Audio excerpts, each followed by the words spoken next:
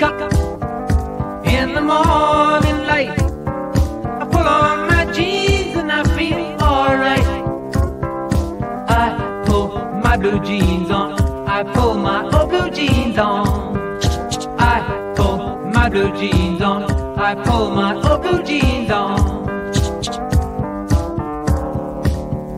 It's the weekend and I know that you're free, so put on your jeans and come on out with me.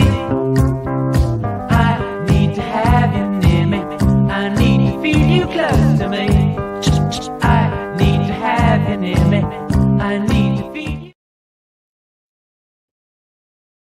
Hello, everyone. I'm going to try and do a kind of a prepping overview because everything really is dependent on each individual situation. There's just too many variables to do like a catch-all prepping, but we can cover some bases. I even made like some slides. I got pretty fancy. Probably screw it up, but I'll try and use it. But so I tried to do, or I did do a live stream 6 days ago, and 5 days ago YouTube deleted it. So I'm going to try and make this one so it doesn't get deleted. The other one can still be seen on Rumble, but yeah, YouTube took it down like the next day. So there's always that. I want to, let's do this. Not planning on doing a call in, but if, and there's not very many people here yet because I don't think my notifications go out.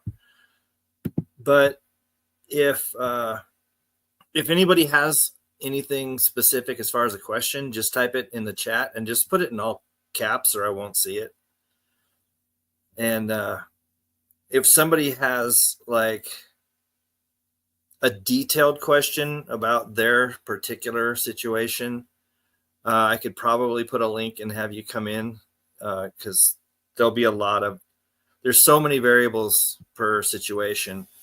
But the way I was going to break it down tonight is basically the scenario is like all hell breaks loose and it's like the real deal. It's not like the stupid drone stuff or the fog or this. I mean, this is like real deal stuff. And you're either at your office, work, home. The home one is sort of like just how to have your home ready for whatever's coming, and whenever it happens, you're pretty prepared. And then school kind of falls into the work, and then your vehicle, what you should have in your vehicle. And then I have like alternate weapons for people who don't have firearms. Maybe they live in a place where that's really frowned upon. Although at this point, I really wouldn't care what the local state says. I would just have what I needed. But there's some alternate things you can use. And then I did put like some luxury high-end items that if you can afford it, and they would be awesome to have. I understand that this isn't going to be something everyone can swing, but they'd be nice things to have. And some of them aren't really like expensive. They're just things you might not think about. And they're not super, like if you don't have them, it's not a deal breaker. It'd just be a nice, if you feel pretty good about your supplies, it might be something you want to think about, like just throwing in there. But let's see. Let me before I get into it, let me just real quick look at the chat. Good evening, Laura. Good evening, Rich. The homeless person scenario. I don't know. I think in some regards, the homeless might be better off because they're so low profile. I mean, they really are the gray man without having to try it. And they don't really need to get from point A to point B. They're kind of just in the moment. So, but I don't know. I've never really given a lot of thought about what like the end times would be like for the homeless. I guess like homeless people kind of stay around where there's people because, for panhandling and, getting change and some money and getting food from restaurants and stuff. So they kind of stick in populated areas. In this kind of situation, I would probably, if I was homeless, I would probably skedaddle. I would head for the hills. So you may want to have some sort of stash somewhere of supplies or something that you can get to away from the people, because you're not going to want to be around people. That's a bad thing. I don't think you're going to be as much as a target in most scenarios, because people are going to be looking for stuff. So they're going to be going after people who they assume have stuff they can use. And so the homeless they might go under the radar unless it's some sort of a martial law roundup. And again, that's why I would urge, if you're homeless, just to head for the hills. You don't want to be around any of this. Even if you're not a main target, you could be collateral damage, because things are going to get wild. And but so, like, let's say you're in a scenario where you go to work, 8 to 5 every day, 5 days a week. So like right away, a third of your day is spent at work, or you could say away from home, or at least in a commuting scenario. So 10 hours a day with lunch, commuting, you're probably going to be away from your house. So you want to have a separate prep for work. Now, many jobs, you have either a desk, a cubicle, or you have a locker. A lot of employers give their employees lockers to put like their coats and their purses and cell phones and whatever in. I would highly recommend a bug out bag that you just take to work every day. And as far as everybody else knows, it's just your backpack with your lunch in it. But some of the items that I would have in a bag that you can access at work, whether it's just by your feet under your desk, in a locker, or out in your car, you just leave it in your car every day. But I would definitely, in that bag, that backpack, I would have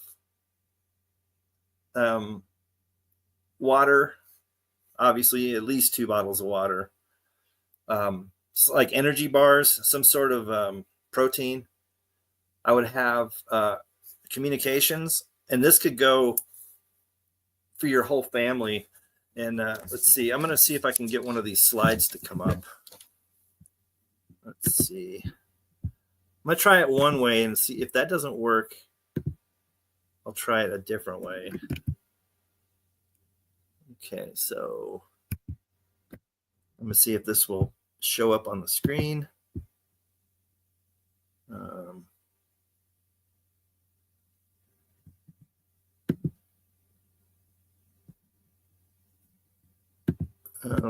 I suck at this. I'm sorry.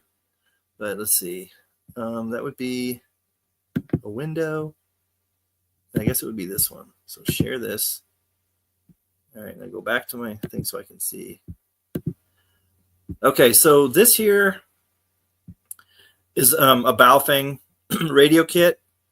You can get these on Amazon. They've got, in the country, they've got about a 5-mile radius. It's their kind of line of sight. You can get more in the city. They're not going to be that much, but I'm sure you get a couple miles out of it. A lot of on Amazon, you can buy them in pairs, depending on how many people are in your family. I mean, if you had a wife and 2 kids, I would have 4, and I would have one in my backpack, or bug out, whatever you want to call it. My wife would have one, and my kids at school would have them in their backpack, and they would just be off. And then if something went south, they could pull those out, turn them on, and they're like FRS. They're ham radios, but I don't use the ham portion because I'm not licensed. And in a emergency, of course, you can use the ham radio function, but that's a whole different thing. Which repeaters are y'all using, and what channel are you on? And I would just stick with the FRS channels, which I think are the first 4 channels on the Baofeng. And So for communication, I would have one of these radios, and I would get the one you see in the photo here. It's got the extended antenna. So I would get the extended antenna, and you don't see it here because this particular one doesn't come with it. But most of the Baofeng radio kits you can get on Amazon do come with the chirp cable. And let me see if I can, let me close that one. That one doesn't seem to work. And the chirp cable, let's see if this works. All right, so this is a chirp cable, and it comes with a lot of the Baofengs, but if it doesn't, I think you can get one separately. I would just look for one that comes with the extended antennas and the chirp cable. But if it doesn't come with the chirp cable, I think these are about $9 on Amazon. And what it is, if you can see my mouse, this forked prong end here goes into your radio where the headset would go. And then this end, the USB, would go into your laptop. And you have to download a program off the internet. It's free. It's called Chirp. And it allows you to program these radios. You don't really need it unless you're looking for local repeaters and you want to put ham repeaters in your Baofeng, which, could benefit you later.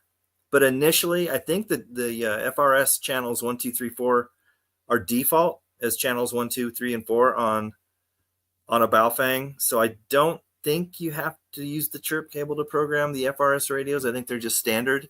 But this is a cable that if you don't get one that comes with it, I would highly recommend either keep looking until you find a Baofeng kit that comes with the chirp cable, or just buy one for $10. And the Baofeng, I think I've seen the doubles. I've got like 6 or 8 of them.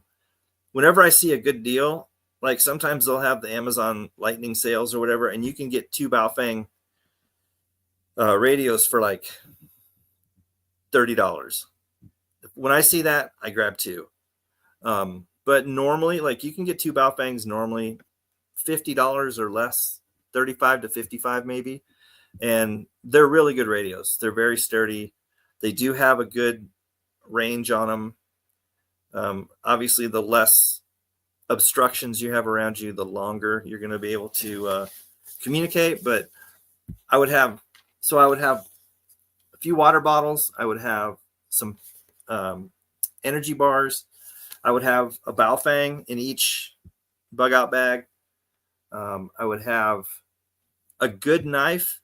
And by a good knife, I'm not talking about like a good pocket knife. Like I would actually recommend something like a karambit, like this here. Because it'll cut whatever you need it to cut. But the main thing is it's built as a weapon. These are really, really good. I've got about 3 of these karambits, and they're good for self-defense. So this, I would recommend something like a karambit, but have a good sharp knife, whether it be, more like a K-bar or a tactical hunting knife or something like that. But I like the K-bar because they always come really sharp. Like every time I buy one, they're already really sharp, and they're pretty small. They're the big size karambits are maybe from end to end, maybe 7 inches. I don't think they get much better than that, maybe 6 to 7 inches. So they're pretty concealable. This one here has the Kydex sheath that comes with it. These I would recommend if I was putting together a bug out kit to like get home from work. I would have a karambit in mind, but whatever knife you feel comfortable with, but it just needs to be sharp, and you need to know how to use it and be good with it. Another thing I would have in a bug out bag is like small, like 12-inch bolt cutters. Anything that'll go through a chain or a padlock. Because if you're trying to get from, say you work in a city and you're trying to get out and get to, you never know if you're going to come across something you're going to need to cut a lock or cut a chain. So I would definitely recommend, it takes up very little room in a bug out bag. Just have like the small size 12-inch bolt cutters. Another thing I would have is a fire starter of some sort, whether it be wooden matches and a striker in a waterproof bottle, or a ferro rod, or even just some Bic lighters, but have something to start a fire with. Not as much for warmth, depending on the time of year and location. But if you're in a city and you're trying to get out, or you're trying to get to the suburbs or something, you're probably not going to need to build a fire unless your path to where you're trying to get to is really obstructed and difficult, and it's going to take you a lot longer to get where you want to go. You don't have access to your car because the streets are all jammed up, and there's burning wreckage everywhere, and you're just not going to be able to drive. It may take you longer. You might need to build a fire depending on the time of year. Obviously, I wouldn't recommend it anywhere near where anybody could see it, but you might have to set some fires.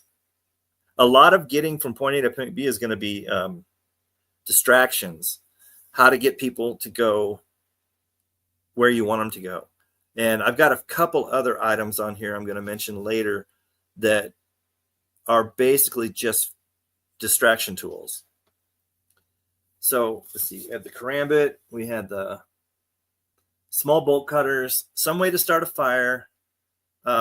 Here's another thing that I would throw in a bug out bag, and that is a shortwave radio. And these are good because they run on batteries, they run on solar, and they also run on a hand crank. And you can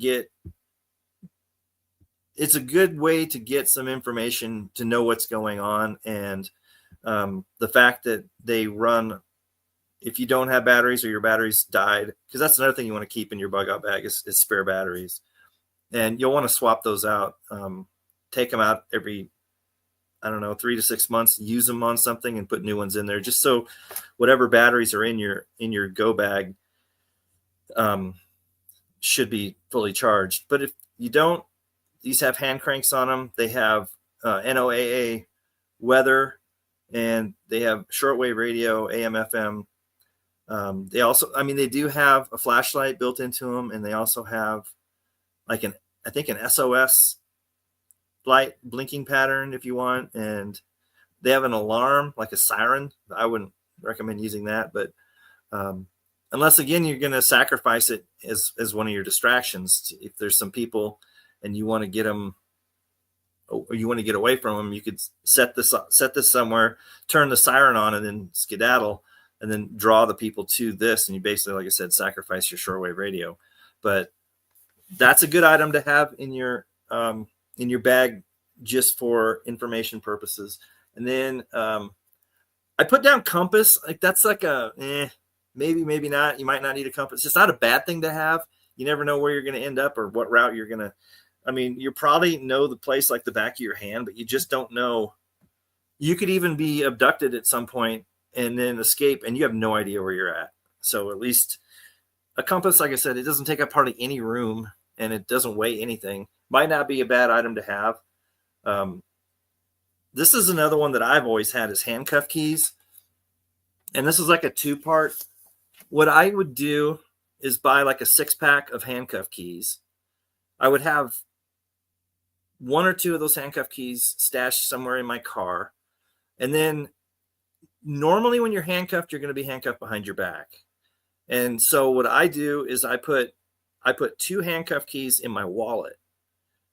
So my hands are literally behind my back, 3 inches from my wallet. So when the opportunity arises, you would just fish a handcuff key out of your wallet and unlock the handcuffs. The one thing I do recommend, and I used to do this, I don't have to anymore, I'm pretty good at it, is putting the handcuffs on behind you and then unlocking them with a key behind your back, obviously not being able to see what you're doing.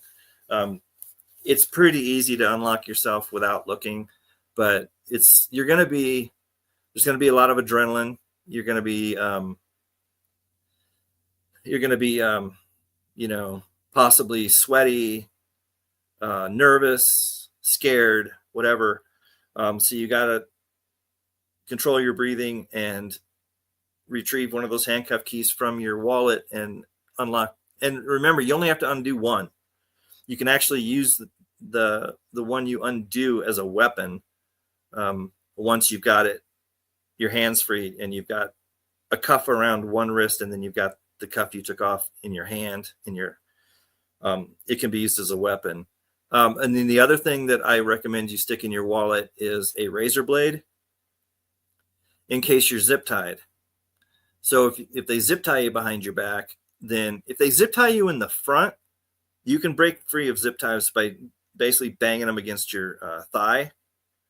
I don't know if people have seen that, where you're zip tied in the front and you basically just raise your hands up and kind of pull your leg back, and then you throw your knee up and slam your hands down at the same time and hit the zip ties on like right above your knee on your thigh, and they'll snap right off. Unless they're really thick, like the ones I have coming up here, they'll snap right off. But if you don't have, if they're not polite enough to zip tie you in the front and they zip tie you in the back, then again, you're going to want to reach into your wallet and grab that razor blade and just saw through the zip tie. So those are things to have in your wallet, not so much in your, in a bug out bag. But, and then another thing that I would throw in a bug out bag is some glow sticks. This again is a diversion method. If you're trying to get from point A to point B, and you're hiding behind things and trying to be stealthy, and you hear some people coming, say to your left, and these are ne'er-do-wells, these are not good people, you can crack one of those glow sticks and then throw it in a direction where they will go to investigate, and you can go the other way. So I have a whole box of glow sticks, and I keep them in different areas in case I ever need a glow stick.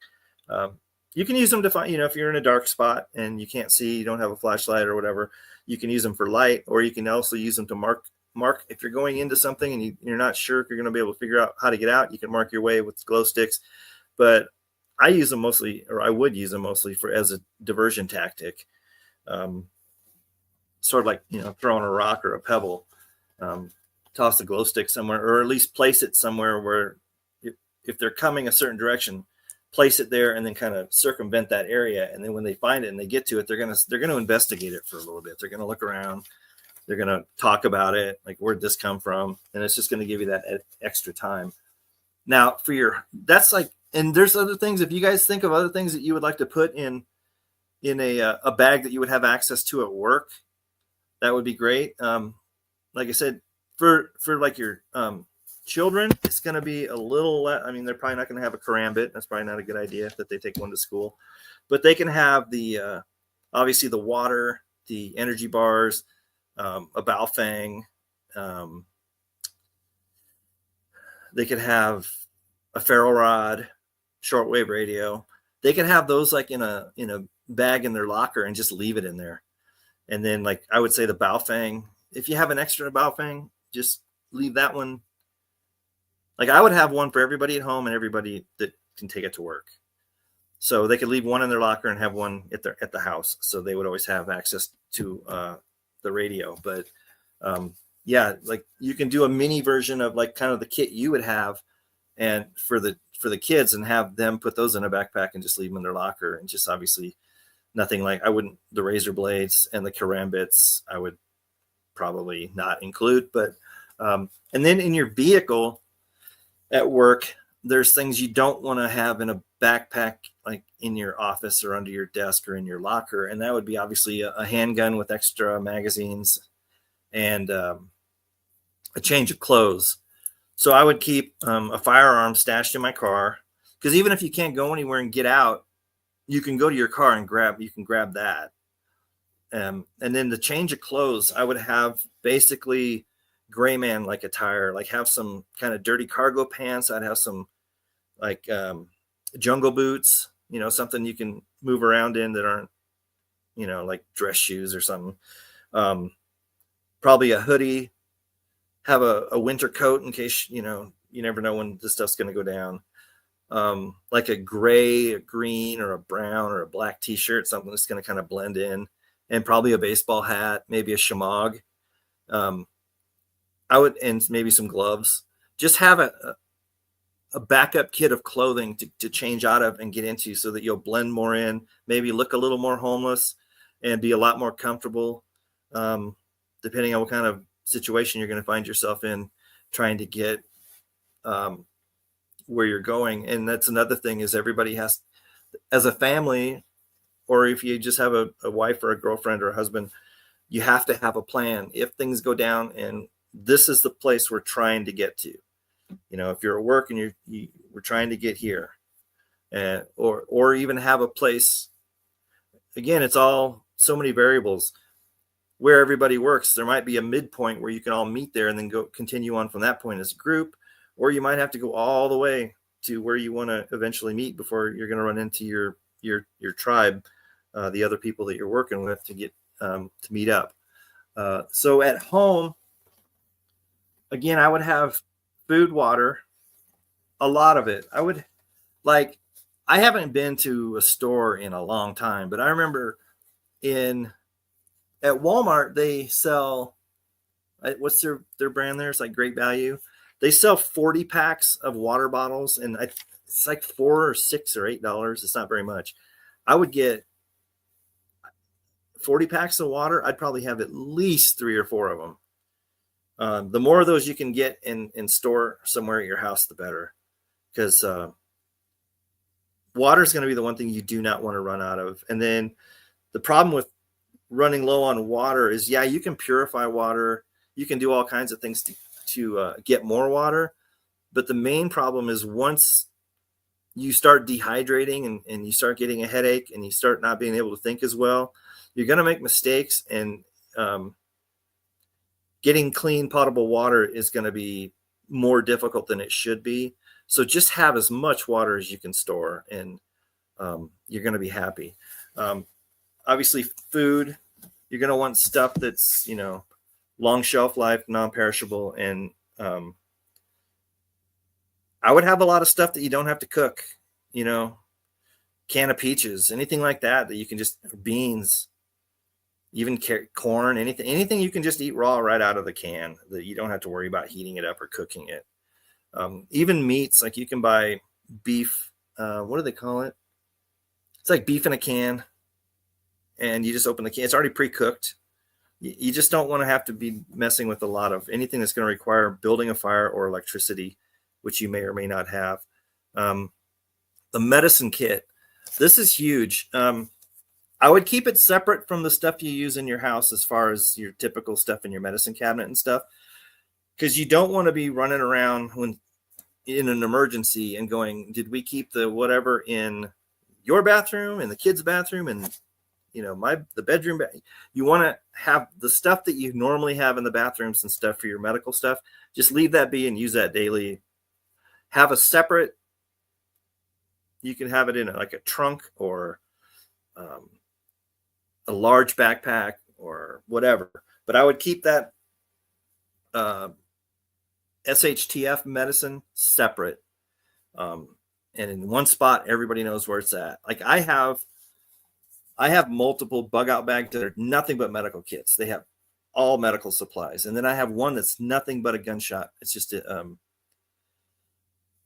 it's nothing but a gunshot kit, and it has clotting powder. It has the clotting pads, the pressure pads. It has tape. It has forceps. It has which should be in all medical kits, hydrogen peroxide or isopropyl alcohol. It has a suture gun. It has all kinds of compression bandages and stuff. It's like I said, it's for nothing but gunshots. But some of the things I would recommend you have in your medical kit is chest sealers. Like I said, I have my gunshot kit separate, but you can just put all this together. It just makes it easier to grab one kit if you know it's a gunshot wound, and you'll have everything in there and not having to like rifle through everything or dump it out. I would have a chest sealers and hydrogen peroxide, probably some isopropyl alcohol as well. I have a suture gun. I've done videos on those. The suture guns, like I said, I used them on my dad. I would definitely, and I think the suture gun comes, can't remember now. I think it comes with they're like pre-sutured, they're preloaded. Like you can't, once you're out of sutures, you just throw the whole thing away. But they're not very much. I think they're $20 or $30 or maybe even less. And you get 30 sutures or 35, something like that. So I would have several of those on hand. Like I said, they're not expensive. They're super easy to use. Most of them, or a lot of them, come with the suture remover as well. They're super easy to use. They're not expensive, and they're disposable. So once you use up all the sutures, just chuck it and open another one. But I would definitely have those suture guns because they're one of those items that when you need it, you're going to be really glad you have it, because there's not really a substitute except super glue. But I've done super glue as well, and it works pretty good. But if it's a bloody, if the wound is bleeding a lot, the super glue, it gets so messy. You'll have like your fingers will be stuck to their arm, or what. It can get really bad. Definitely have super glue on hand though. But it's a last ditch scenario, because on a messy wound, super glue, it turns into a shit show pretty quick. Another thing I would have is a tourniquet. Those are cheap. You can get them online on Amazon real cheap. And I would have at least 2 tourniquets. I'm trying to read this. It's not very bright in here. I don't like it light, and so it's hard to see. Forceps, a forceps kit. Now, like I got forceps, a kit, and it comes in like different sizes. So it depends on what you're trying. If you're trying to get a bullet out, and the forceps, you squeeze them and they open, and you let go and they tighten. And so if you have to go into like a gunshot wound to try and find and pull out the bullet, if it's say a 9mm or something, you're going to have a bigger opening. And so you're going to want to use a larger forceps to grab a larger bullet in a larger hole. If they get hit with a 22 long rifle, it's going to be a very small hole. So you don't want to necessarily jam a giant size forceps in there. So if you get like I think a lot of the forceps kits you can buy, they have like 3 different sizes. Some of them are for small jobs, and some of them are for, taking a 45 slug out of somebody. So I would definitely have forceps in my medical kit. Blood clot powder. That's also a good one I have in my gunshot kit. It's usually just a bag that's like kind of like those like, what do they call those things like you get at a restaurant sometimes, those little handy wipes they give you, and you tear it and you pull the little handy wipe out. They're kind of like that, but larger, quite a bit larger. They're not huge, but you would just basically tear it open and just dump it on like the knife wound or the gunshot wound to stop bleeding. And I would have those on hand. I would have obviously water, clean water, like DI water. I wouldn't use drinking water. I would use the DI water.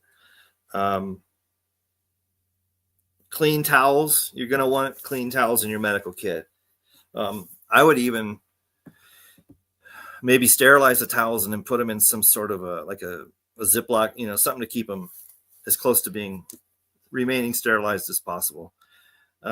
Again, super glue I would have Benadryl, some sort of antihistamines. I would get a bunch of that.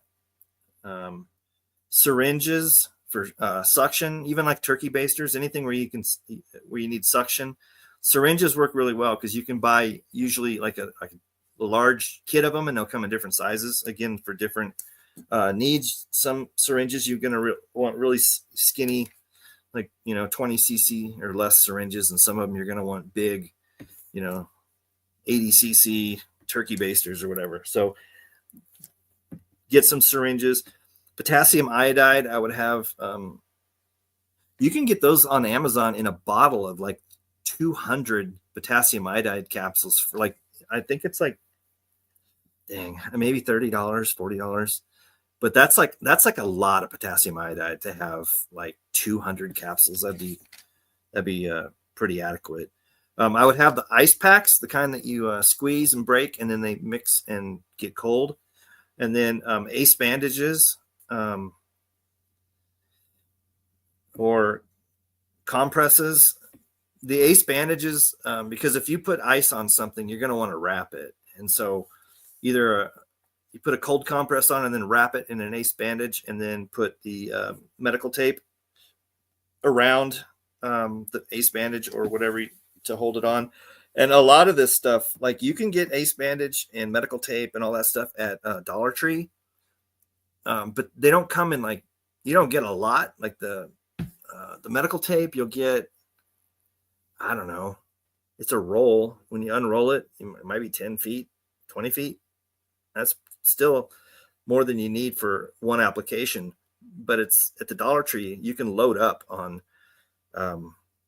there's some stuff like Benadryl and ace bandages and the medical tape.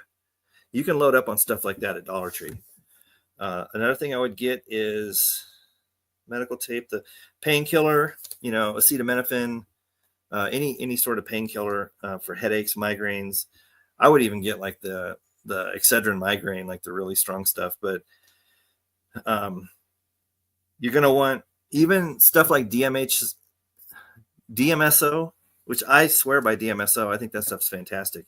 That's a great painkiller, and it really, really works. DMSO works better than any oral painkiller on the market. Antacids I would get.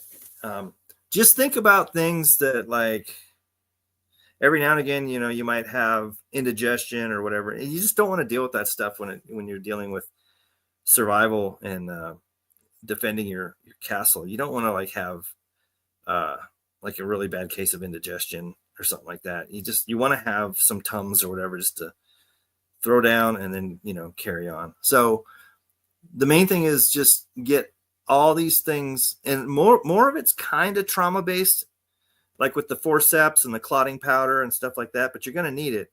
But keep it separate from your regular medical stuff. And then I got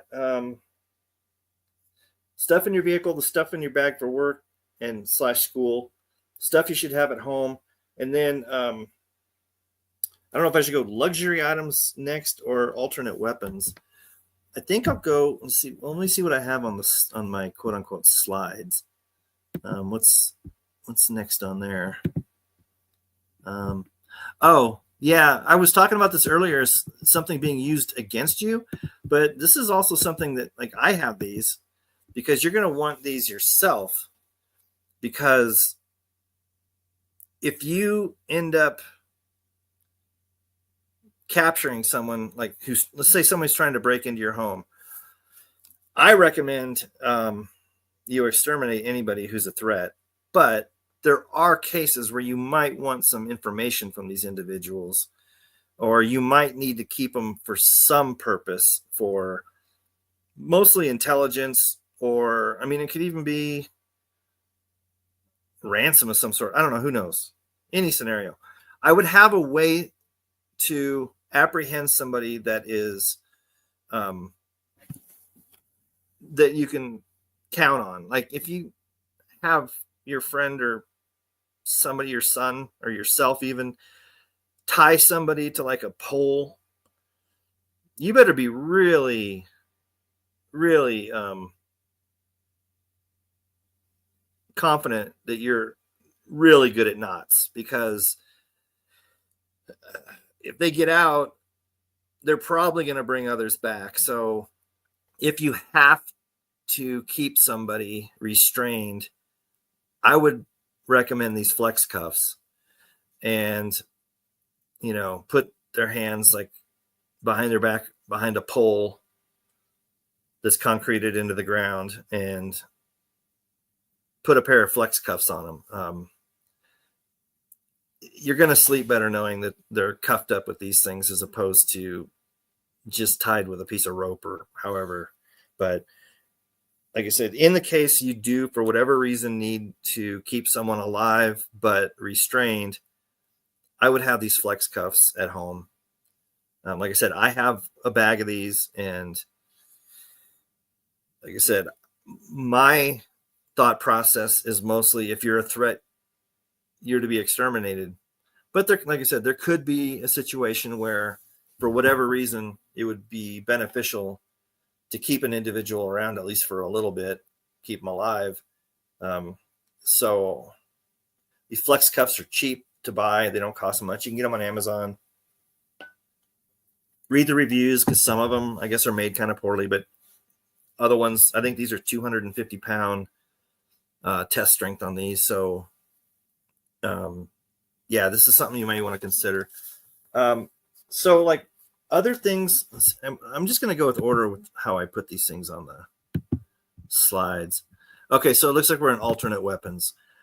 So not everybody can have a gun for whatever reason, or they don't feel comfortable with, or whatever. In some cases, a person with a gun could be more dangerous than somebody without one, because they just don't know what they're doing.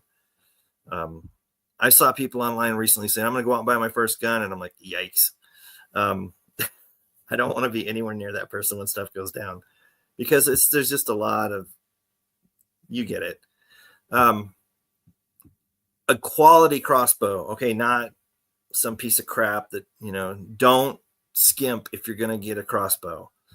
I have a crossbow similar to this one, and don't pay less than at least $350. I don't think you have to go up to like $1,300 or anything like that, but don't get a crossbow that's not at least $350 compound crossbow. That, and again, read the reviews. People will tell you if they're worth it. The one I have is wicked. And then I went out and bought broad tip arrows and a bunch more. So I have a lot of arrows for my crossbow, and a lot of them are broad tips. And I got a strap for it so I can, carry it. And they're slow. You're going to have to cock it every time. And if it's dark, it's going to be you're really going to be fumbling. But if you're looking for a silent weapon that will do the job to protect your home, like at night or whatever, a crossbow. And like what I would do with a crossbow probably is I would probably have a long gun over my shoulder on a strap, and then I'd probably have a sidearm on a holster. Then I would use the crossbow, and if I took someone out with it and then I didn't have time, or it was going to be too loud to recock it, I would just lay it on the ground, switch weapons, and carry on. But this is an alternate weapon choice, is a crossbow. It's going to be slow. It's going to be kind of plodding, but it's an awesome weapon, and it's devastating. You hit somebody with a crossbow, and they're going to know it. And especially if you put like the broad tips on it and stuff. But like I said, don't go cheap on it.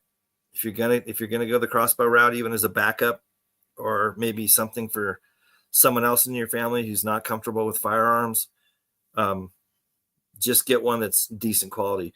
Putting these together, like when I bought mine, it came in like 6 or 8 pieces, and you have to. It can be.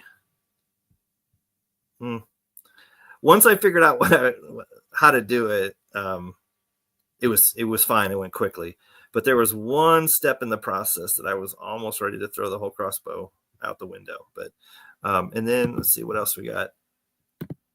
I have this too. I think this might even be the exact kit I have. Throwing axes.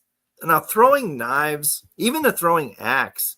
Like if you throw one of these at somebody and it sticks them good, it's not like in a movie. They're not just going to fall dead. I mean, if you hit somebody with like one of these throwing knives and it hits them in the chest or something, they're going to have, they might even survive it, but they'll have at least several minutes, if not a day or whatever, of pain and blood. But this isn't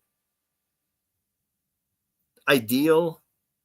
Like this is, I think, the one I have, because it's got this carrying case here that folds. And these axes, these are hardcore. Like these are heavy.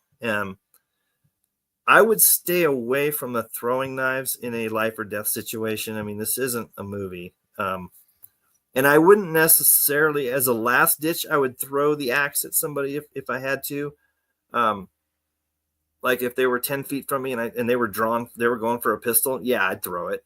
But this is more of a sneak up and just chop them repeatedly and as often as fast as possible, because these aren't weapons that are going to just normally just drop somebody and they're done. You might get lucky and get them if you got them in the throat or in the jugular vein or something, or right dead center top of the head or something like that. Yeah, but like if you swing this and you get them in the shoulder or the elbow or the leg or the hand, fight's on and it's going to get loud. So this is a good thing to have, but it's a stealthy, up close and personal, make the first shot count type of weapon. But it's better than nothing, obviously. And then what else we got? I think I have one here that like I have a couple of these, but like a lot of people don't really think about it. And again, it's an up close and personal, and that is the ice pick. These things are brutal. All right. And I could get into details about like the medulla oblongata and the on-off switch. And there's places you can use these ice picks where it's just lights out immediately. But normally this is going to be messy. It's going to take some time. It's probably going to get loud. Is it better than nothing? Yes. I mean, if you got somebody in the temple all the way to the hilt, they might not make any sound. But normally it's going to be a lot of poking and a lot of jabbing and a lot of blood and a lot of mess and probably screaming. And if they have a gun, they're probably going to start firing rounds. I mean, this is something you'd have to be really, really good with. And your placement would have to be dead on, literally. But this is also something, because this end screws into this, so it just looks like a wooden dowel. And this is something you could stick in your sock, and it could be sort of a backup or they didn't realize you had this until it's too late type of weapon. It's a last ditch thing, but it's, again, it's better than nothing. And I have like 2 of these just like this. It might even be the exact same one. I would not want somebody coming at me with this. These things are really pointy, really sharp, and they're pretty long. That pointy part there is 6 or 7 inches. I wouldn't want somebody coming at me with that, especially wouldn't want somebody coming up behind me when I don't know they're there with that, because then it is probably game over. But it's something to think about. Easy to hide and conceal. You can stick it in different places around.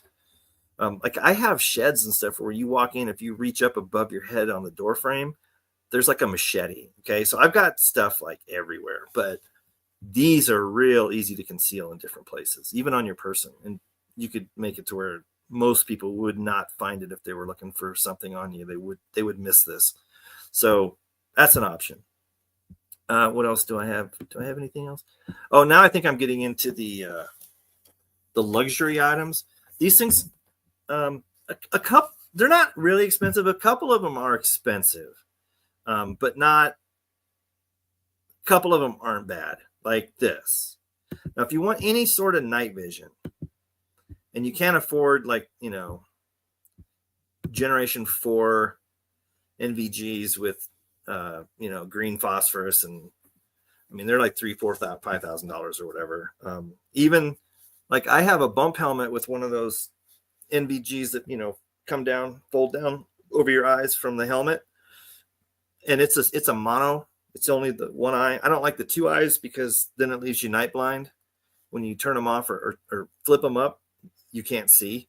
But at least I have the 1 eye one so that I still have vision in the 1 eye. If I have to turn it off or lift it up or whatever, I can keep that eye closed and I still have the good eye that's not like seeing white. That's like, even those, what did I pay for that? I think I paid almost $400 for that thing. And it's cool, but you got to really want one and think that you'll actually use it in any given situation to justify, $400. These here, I like them for several reasons. One is they do have a zoom on them. They do have a memory card and they record video or take photos, which is, I guess, if you're doing like recon or something, it would be nice to have night vision video to then go back and everybody can look at it and see what's going on. And then they also, one thing I highly recommend with these, and it's really hard to find it because they don't advertise it. If you look at the specs on these things, they never mention it. And that is, a lot of these are battery only, and they take like 8 batteries. I mean, they're ridiculous.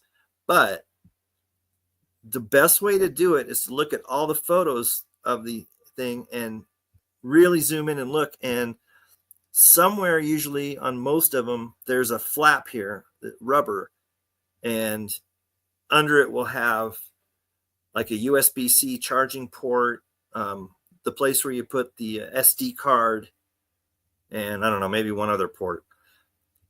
If they have an SD port, or not an SD, but like a USB-C or a mini USB, if they have a USB port on them, those are the ones you want to get, because then you can take a battery bank that's like the size of a cell phone. And what I do is I put it on the bottom and I Velcro it to the bottom, and then I get like a 6-inch USB cable, USB-A to whatever this is, whether it's a USB-C or a micro USB. And then all I have to do is keep that battery bank charged. And then whenever I want to use these night vision binoculars, just plug the USB from the battery bank, which is you've got Velcroed on the bottom here, into the port, and you can go 4 hours, maybe 6, depending on your battery bank. And then instead of dealing with 8 AA batteries at a time, when you're done using it, you just unplug it from here and plug the battery bank back into a power outlet and recharge the battery bank. The downside on these is this screen here. When it's on and you're looking at the night vision, this is usually, I think, on mine, I have 2 of them. I think this is like bright green night vision. You can't really put your face right up to it because it's a screen. It's like putting your face, it's like having a video playing on your phone and then putting the phone like literally right up to your eyes. It's not going to work. So you have to have your head back a ways to look at what's on this screen, and it glows green. So being concealed and using these and not having someone look and see like a green glow off in the distance, you'll have to get tricky, creative. But is it better than not being able to see anything in the dark? Yes. And is there a way you could you can cup your hands around the sides? There's things you can do to try and minimize the amount of green glow, or sometimes it might be black and white. I don't know. I think the different ones might be different, but you can minimize it. You can lay down in some weeds and just poke the eyepiece here out, and maybe the brush here will keep the green glow hidden. There's ways of doing it. That's the main negative. But with these, what you really need to do, like I said, make sure you can plug a battery bank into them for longevity. And then once you have it, I would go out at night in the dark, use these, and then get really used to these buttons on top to know exactly like which one zoom in, which one zoom out, which one turns the thing on, which one turns the thing off, which one takes a picture, which one shoots video. They have different IR intensities. So like this lens here is probably the IR lens, and this one over here is the one that displays on the screen. You can set the intensity. That's another thing about it, is this IR lens glows red. That's another problem. They're going to see green and red from a distance. So you have to get pretty creative. But anyway, like I said, it's still better than not being able to see anything in the dark. And they work pretty good. I mean, you can see, don't believe what they advertise. They'll tell you, oh, you can see 1,000 yards. No, you won't. Will you be able to see 200, 250, 300 yards in the dark? Yes. Will you be able to see 1,000 yards in the? No, you won't. But like I said, and these aren't that bad. Like these, usually You can get a decent one of these for anywhere $75 to $100. So that's not like a major luxury item. They're worth $100 or $80 for sure. Let's see what else we have. Okay, now I don't know if I want to go straight to here because this is expensive. Okay. Well, here's another thing. And I have one of these, and I have extra. Well, it's a flare gun, and again, this is a diversion. It's a diversion. So I have a flare gun. I think it came with. It's a 12 gauge flare gun. I don't know why they call it that, but they do. It's a 12 gauge flare gun. It came with 4 flares. Okay. And I bought a 5-pack. So I have like 9 flares. Again, they're not like the one I got isn't like in the movies where it's like it shoots a giant projectile and you hit somebody in the chest and they catch on fire and they burn to death. Mine is like, it's a little ramped down from that. It's not that intense.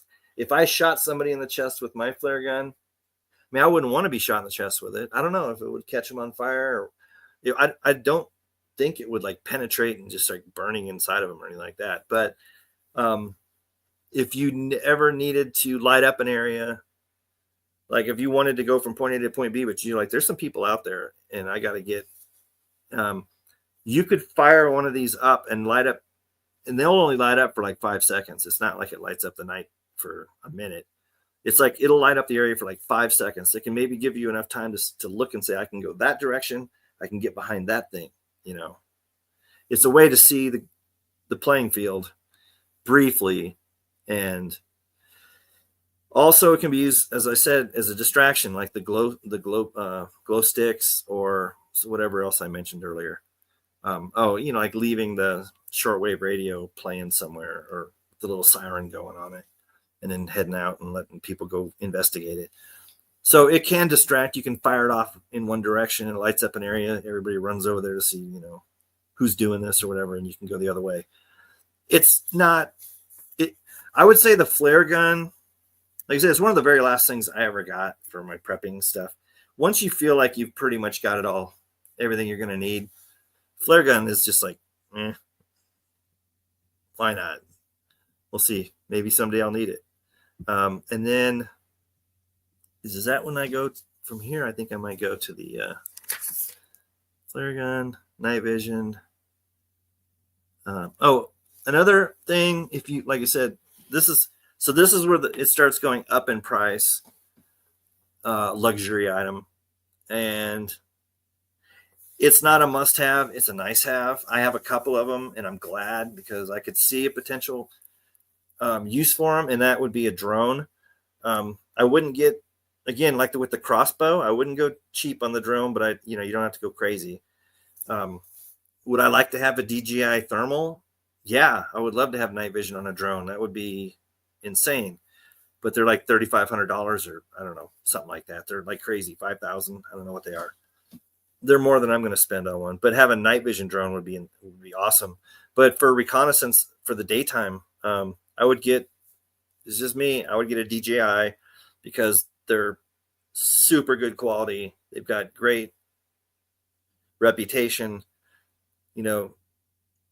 It's not these $99 drones you see where the government doesn't want you to have this drone. Well, nobody wants you to have it. It's a piece of crap. But like a DJI Mini Pro 3, Mini 4, any of those. And they usually, if you don't go crazy and get extras and all kinds of stuff with it, if all you really need is maybe, you could get by with one extra battery, and so you'd have a total of 2 batteries. The drone's usually going to come with some items like some extra propellers and what else do they have? I can't remember. Anyway, a drone for reconnaissance, surveillance. They do make a sound, but if you get them high enough altitude, you can't really hear them, and you certainly can't see them. Actually, my drones, like if I send them up 100 feet, like I lose them. I can't see them anymore.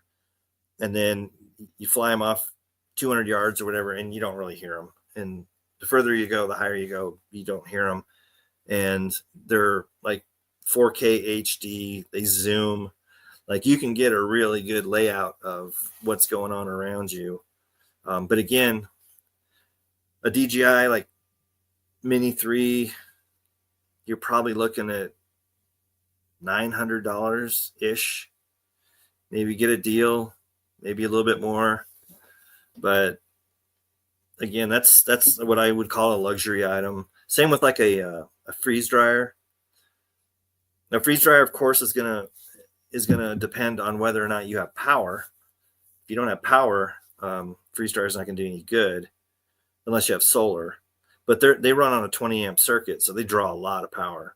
But I didn't add freeze dryers to this even as a luxury item because this is more like preparing for SHTF, and a freeze dryer, it would prepare you for it, but once it started, it's just going to be a giant paperweight for the most part, unless you've got a hell of a generator or something that can run it. But freeze dryers usually take 24 to 36 hours to freeze dry, like a bunch of, like if you had 5 trays of lasagna you made and you wanted to freeze dry it all for like MREs, you're talking probably a good 36 hours of freeze drying. And during SHTF, if you're using a generator or whatever, it's just going to be too much gas used, too much noise. This all would have to be done ahead of time. So what you don't have freeze dried once shit goes down, you're probably not going to freeze dry. But so I didn't include them because it's not really a SHTF item. It's a pre-SHTF item. The last item I think I have that I can think of right now that would be for what I would consider a luxury item. But this is one that if you can swing it financially, I highly recommend. I'm actually thinking about getting a second one because I've had to use this one, mine already.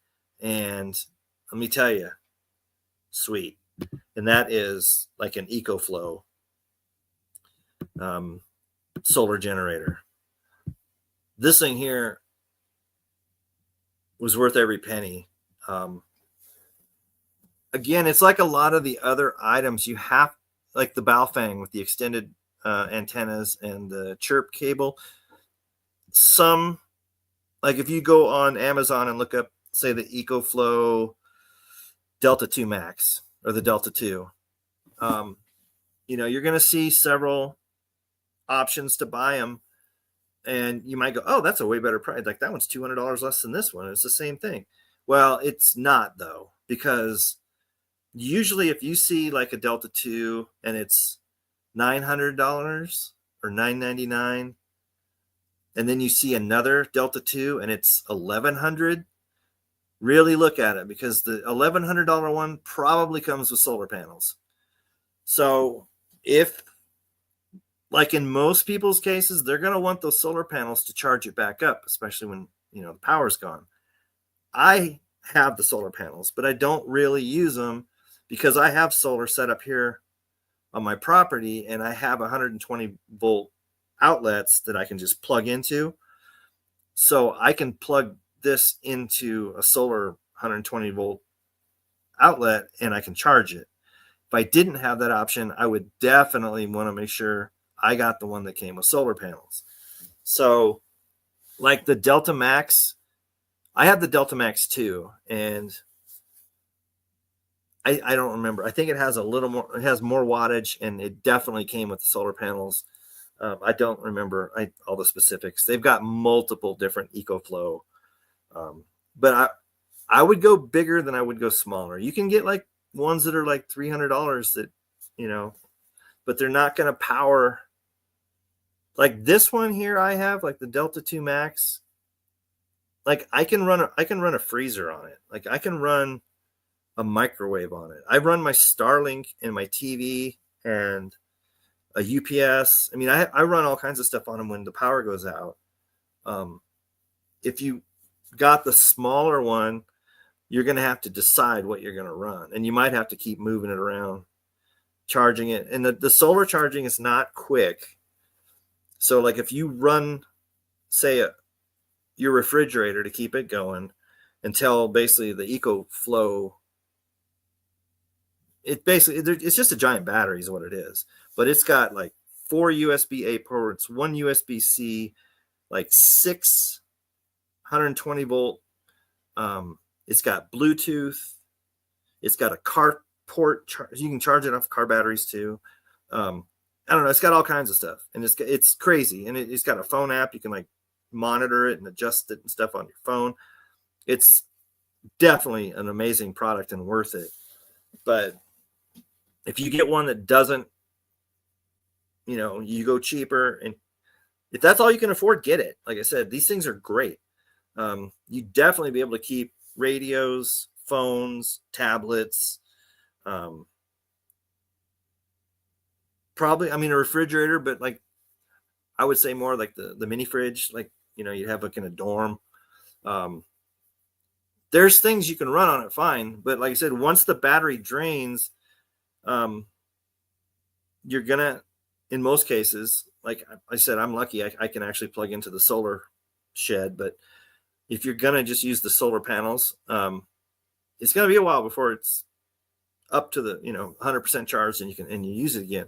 Maybe I'm not doing it right or haven't tried it enough. Maybe it does charge faster than I thought. It seemed to me like the solar panels charged pretty slow, but then I was impatient because I wanted to use it for, I think the power went out here and I whipped it out and I was like, I had let it sit too long and it didn't have enough juice to do much. So I had to charge it, and I had lost the power cord. So I had to go with the solar panels. I just took it all out on the deck. It was sunny out. It was nice, but it was not charging as quickly as I would like. But like I said, I think I'm going to get another one because these things are awesome.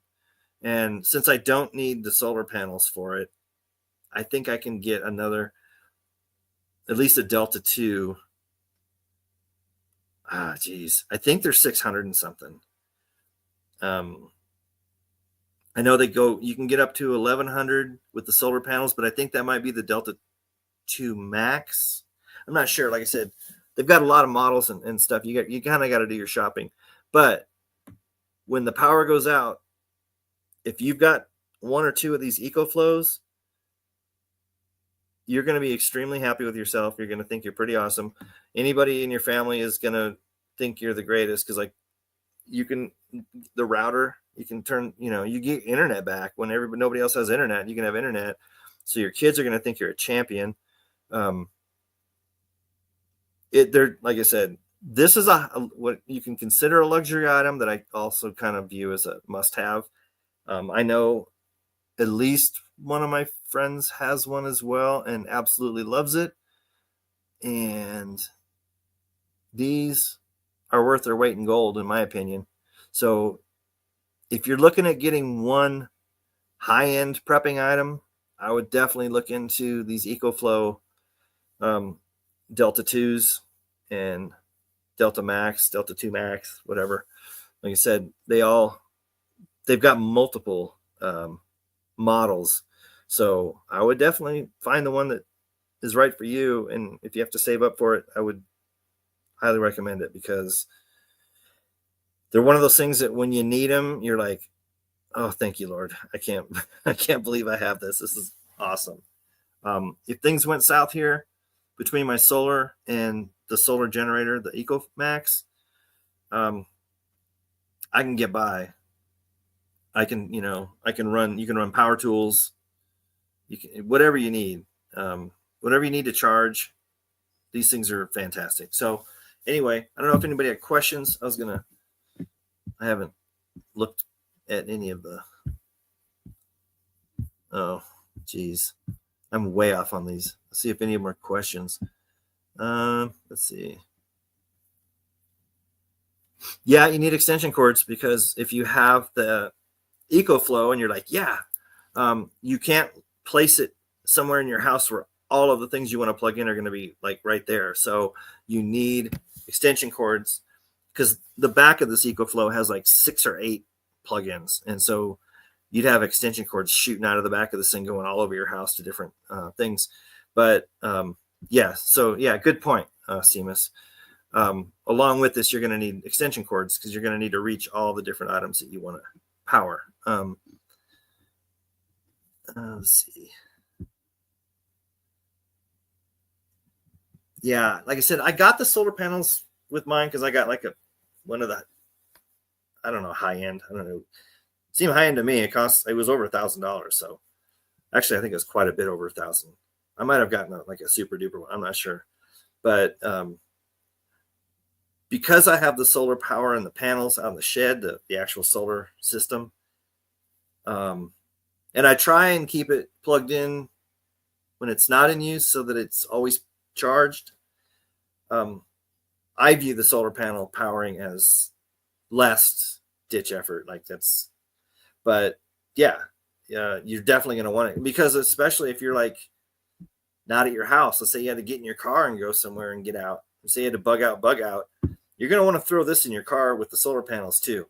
That way, if you end up out in the woods somewhere, you're still going to have power. You could even take your Starlink with you and have internet. And that way you can see if you can find out what's going on in the world. But like I said, having the shortwave radio, being able to charge your bow fangs and everything with this, so you have communication. And I would really I've been looking into, I need to find somebody who knows ham radios really well, because what I want to do is make a dipole antenna and then get like the base station ham radio that looks kind of like a CB radio with the square rectangle box with the microphone on it, and connect it to a dipole in the backyard, like between 2 trees, and just be able to get long distance information and communication. I'm all ready to like piece this thing together, get the pieces to make the dipole antenna, get the right like make and model of ham base station, I guess you'd call it, that would work with the dipole antenna, because I know there's like 10 meter, 20 meter. I don't know all that stuff. But if I can find somebody that knows that stuff and says, here, if you just want to listen in and you want a long range and a homemade dipole antenna in your backyard, here's a checklist of the stuff you need to buy. I would do it in a heartbeat. I'm afraid I'm going to buy a bunch of stuff and it's not going to be compatible. But that's something I didn't add on here, but that would be, if you know anything about radios and you're good with like antennas and receivers, frequencies and all that kind of stuff, making your own dipole antenna, stringing it up between 2 trees, having that center cable come down to the back of a I don't know if they call them ham radio base stations like they do with CBs, but I would highly recommend doing that. If I had the skills and knew right now what I needed, I'd already have done it. But that's something else you might want to throw in. What else? Hold on. There's so many. I got to go way back on these. If you're going to try and take somebody out with a throwing axe, you better know that you are a badass, because if it's not a kill shot, which is probably pretty tough with a throwing axe, they're going to raise all kinds of hell and they're going to scream like a stuck pig. So I think it's more of a chopping, top of the head type of thing, or jugular vein, or neck, throat. Plus you got to sneak up on them, and people think like in the movies, they just like, they just ninja right up to somebody. It's hard to walk and not make any sound. One twig, one pebble on the ground, anything. Like, have you ever stepped on just like a piece of gravel on concrete? It's like, hello. I mean, I don't know. I prefer the ranged weapons, but I get it. And there's times where you're going to want to be stealthy. But yeah, you better be good. Otherwise you're going to raise all kinds of hell. Crossbows, like I said, you're not going to hit something from, I wouldn't take a shot at somebody from 100 yards if it was like a do or die and I was trying to be quiet. But if I was 30, 40, 50 yards from somebody, I could hit them with a crossbow and take them out. Would I rather I would rather like have one of those movie silencers where it's like, but I don't think those actually exist where the guns are that quiet. But being quiet is going to be really important in a situation like that. And firearms just aren't really that quiet. And pretty much everybody knows what a gunshot sounds like. So that's why I think some of these silent, like a crossbow or I guess after that, I mean, I have cattle prods, I have all kinds of stuff, but it's not going to just like take someone out. Like it's just going to piss them off long enough for you to do something else to them, I guess. But,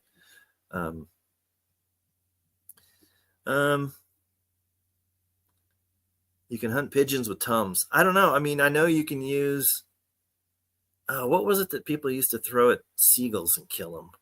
I think it was Alka cells, Alka 2s, Alka something, maybe Tums. Yeah, I think anything that fizzes up like that, like an antacid, in a bird's stomach, pretty much stops them right there. Ibuprofen and stuff like Advil and stuff like that, you can kill dogs with. But of course, I would never want to kill a dog. But yeah, there's a lot of stuff that certain animals don't do well with. But let's see what else we got here. Also,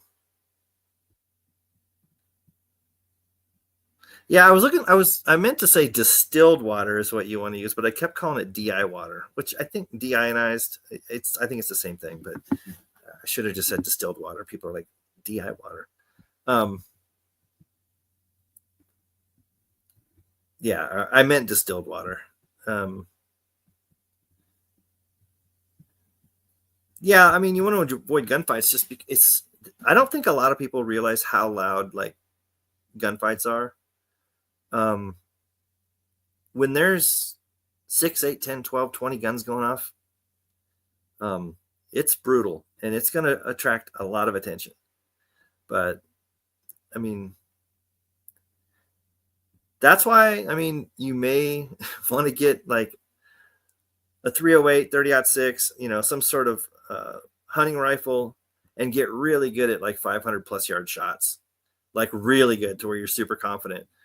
Because, yeah, you might want to engage from 500 to 1,000 yards, but you don't want to miss because that's going to open up a whole new can of worms. But,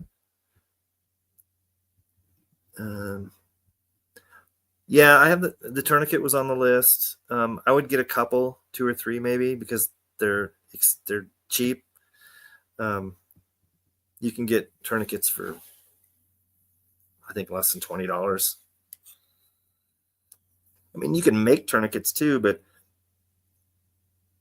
like a lot of people don't know how to use them either. I mean, it's different in shit as a fan because you're not going to take them normally like to a hospital.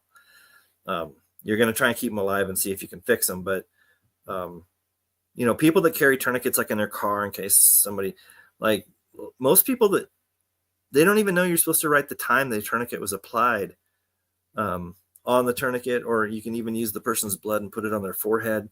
But you're supposed to put the time that the tourniquet was applied on there because it can only stay on so long before you have to open them up and then let them breathe for a minute and put them back on, because you'll actually end up losing that limb if you have no blood supply for too long. But and if you took somebody to the ER with a tourniquet on, the first thing they're going to say is, how long has this tourniquet been on? And you're like, I don't know, 10 minutes.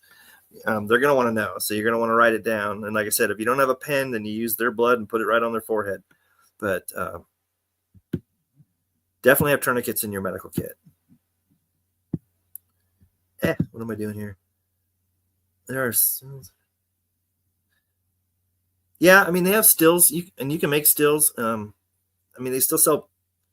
I don't know if Amazon sells Berkeys, but you can still get Berkeys. And you can get Berkey substitutes and stuff that'll clean your water. But I would first recommend going multiple cases of like the 40 packs of bottled water, just to have on hand. And if you make your own clean water, you can That's just a bonus. Yeah, you got to have water. God, see, I'm looking at these comments and I don't remember what I was talking about. Laminated. What's laminated? I think you guys might be talking to each other with laminated paper maps. Yeah, I have a laminating machine, and I have made certain things that are information I find very important that I don't want to get wet or, rip or whatever. I'll laminate them. I have some maps laminated.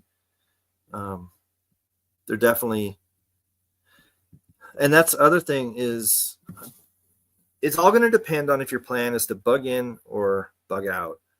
Obviously, my plan is to bug in. I to stay here, defend the castle. I have everything I need, just keep it secure.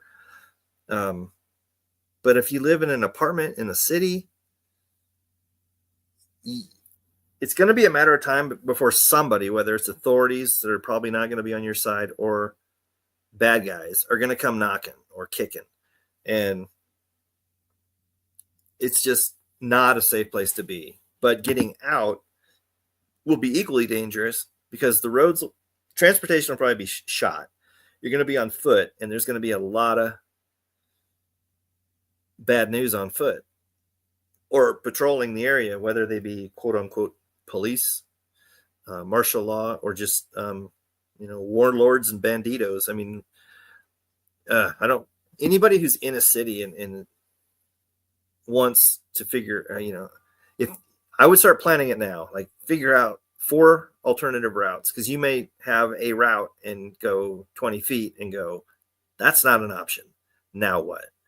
I don't know how like the sewers in big cities work. I mean, if I could lift a manhole cover and get under there and go like Teenage Mutant Ninja Turtle, I'd probably do it I'd do that. I'd try and get it away from the city underground if possible. I don't know. Like I said, a lot of stuff that I've seen is like in movies. I don't know if the movie tunnel systems under the city are the same as reality. So I don't know.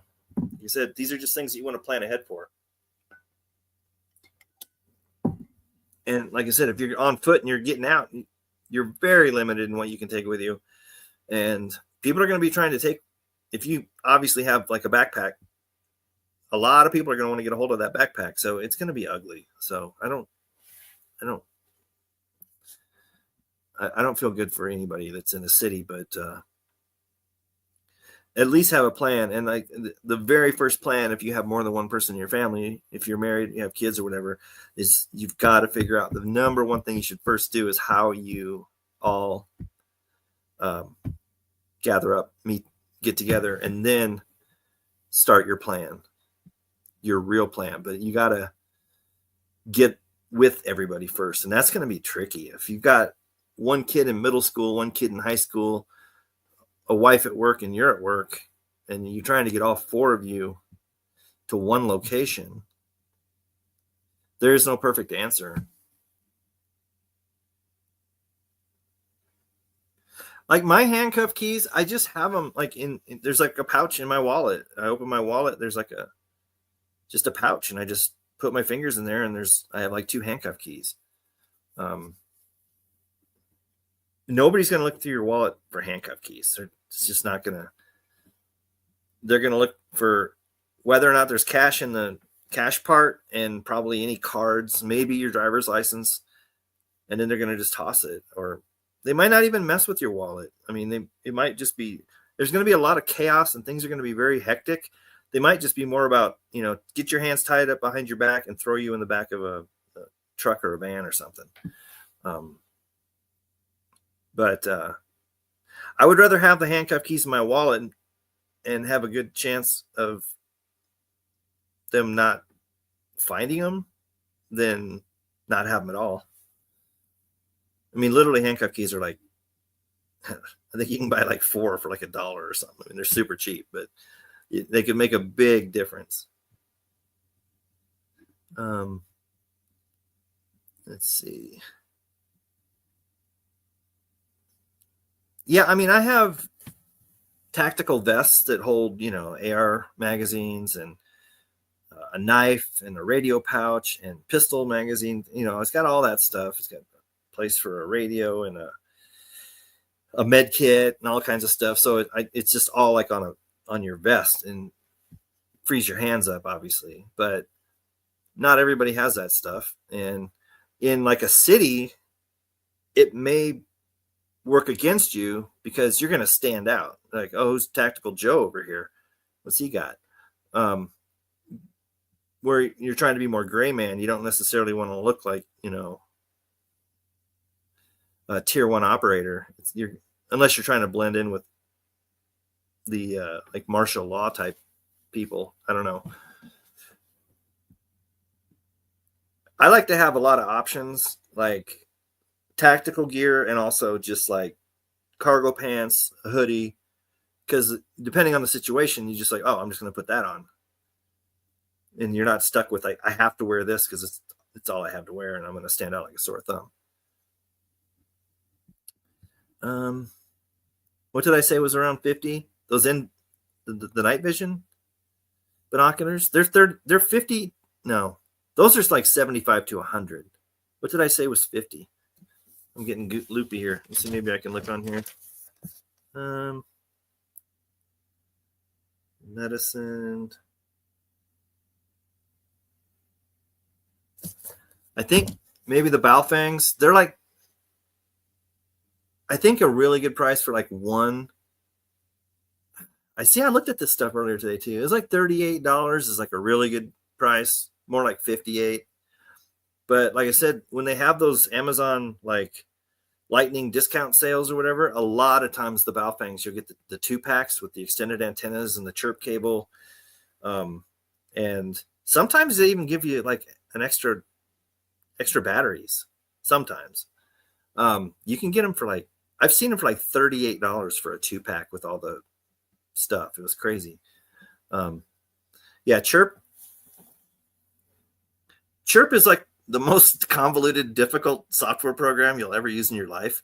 And then trying to figure out which radio it wants you to tell it you're using, because you connect the radio to your laptop, open the application, tell it which radio you're using, and sometimes it doesn't really work that way. It's almost like maybe the radio you got, because these come from China, so it might say it's a certain model, but the chipset's like, no, that's not, Chirp's like, no, that's not, no. And then so you just start picking them until Chirp's like, oh, okay, I can work with that one. And then you have to figure out how to, you basically upload. It's kind of, well, here's what I did when I did Chirp the first time. Now I got it now. I can get new radios. I can just set them right up, because you can save a file for your area that has all the information, and then you just use that same file. But what I did when I first got Baofangs, and I was like, I want to program these with this Chirp thing, just go to YouTube and look up. There's people that show you how to do it, and you'll be like, what? This is crazy. And then it'll click, and you'll be like, oh, okay, I get it. Just do what they tell you to do, and it'll work. But like I said, and it depends on where you're at, because you've got different repeaters and stuff all over the country, depending on your location. So you have to set up, if you want to do ham repeaters and stuff, you have to do it for where you're physically located. But I think the FRS channels 1 through 4, which are just, what do they call it? GRMO channels or whatever. I think those are standard. Like when you just turn on your Baofeng, it's going to have those first 4 channels, and any 2 FRS radios that are on channel 2, they just talk to each other.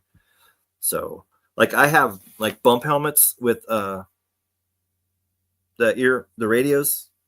So you put on the tactical helmet, and it's got the night vision thing that flops down over one eye, and I've got a green light on the side, and then I have the headset and it just has a cable that comes off the headset and plugs right into my Baofeng, and it's got a push button kind of up by your chin.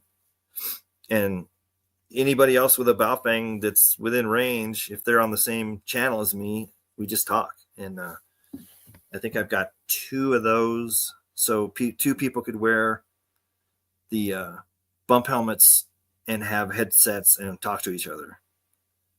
And this is not expensive. They're not. So we're on the chirp cable.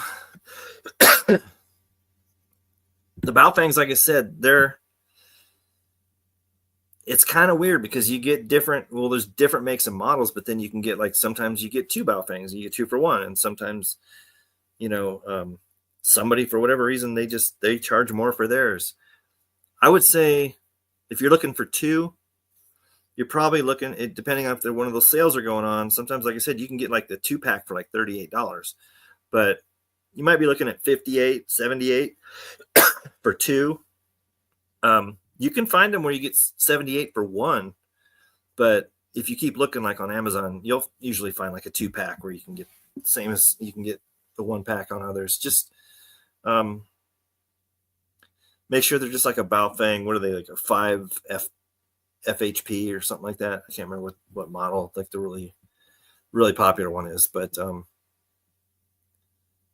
they're good, really good to have. Like I said, I've got probably 6 of them. And I actually bought one for a neighbor of mine who lives 4 miles away, and just said, leave this on channel, blah, blah, blah, and just leave it on the charger. And if you ever need me, anything gets weird, just call. And so they're a good thing to have. And they're cheap enough to where you can kind of get crazy with them and start giving them to even people that you care about that live, within 2 or 3, 4 miles. Say, here, put this on channel 3 and leave it on the charger and leave it on. Let's see. Yeah, of course the bolt cutters are in there. I would get a small, 12 to 14, maybe.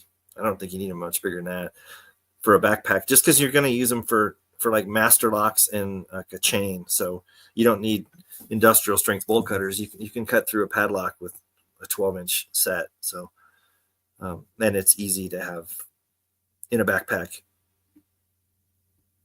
Let's see where we are. Yeah, here. Rumble is, or not Rumble. What is this? StreamYard. It's not scrolling like I want it to. Yeah, it's gonna snow here Wednesday. We're supposed to get, well, I guess that polar whatever is coming for a large part of the country, and I'm going to be part of it. It's supposed to be 16 degrees and heavy snow. So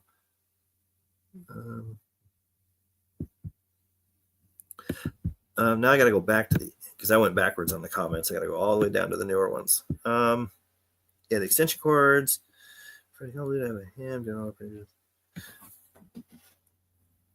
Yeah, I don't have the ham radio, and I'm never gonna get it. I'll just wait, and I'll listen. I don't have it set up to where I hear any. I have repeaters and stuff set up on my Baofangs, but I live out in the middle of nowhere. Allegedly, there's repeaters, and you can program them in.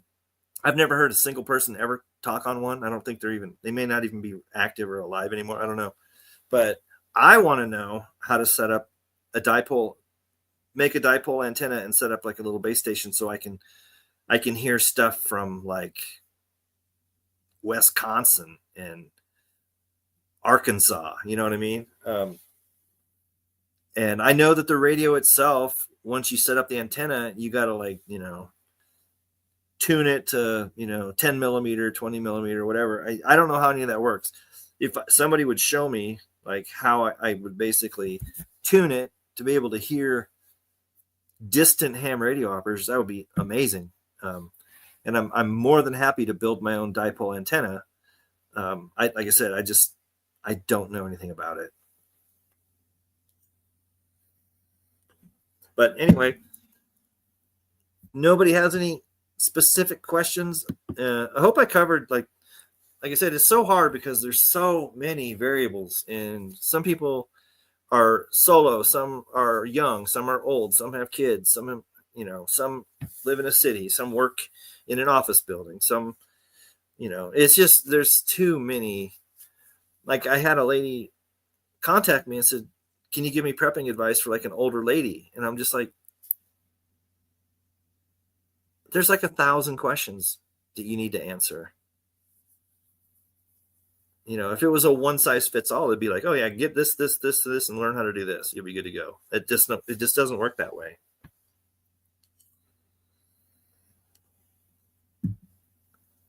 So like if you can just get yourself in the right mindset and then base everything off your situation, you can figure it out. Imagine like everything just stopped tomorrow, like all that, like everything went south, shit went sideways.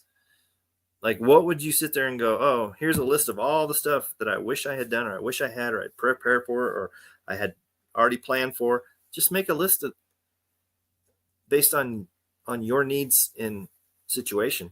The other thing a lot of people are going to have trouble with, because I've already talked to people who said this. I've watched videos where people say this, like to their subscribers who are listening. Oh, I'm just not built that way. I can't just like, I couldn't just like kill somebody. I'm like, okay, first of all, they, throw out they wouldn't hesitate to kill you. Forget about that. It's like, you better get your mind wrapped around, if this does go down the way it looks like they're planning on it going down, you better get that figured out. Like, you better resolve that. I'm not really.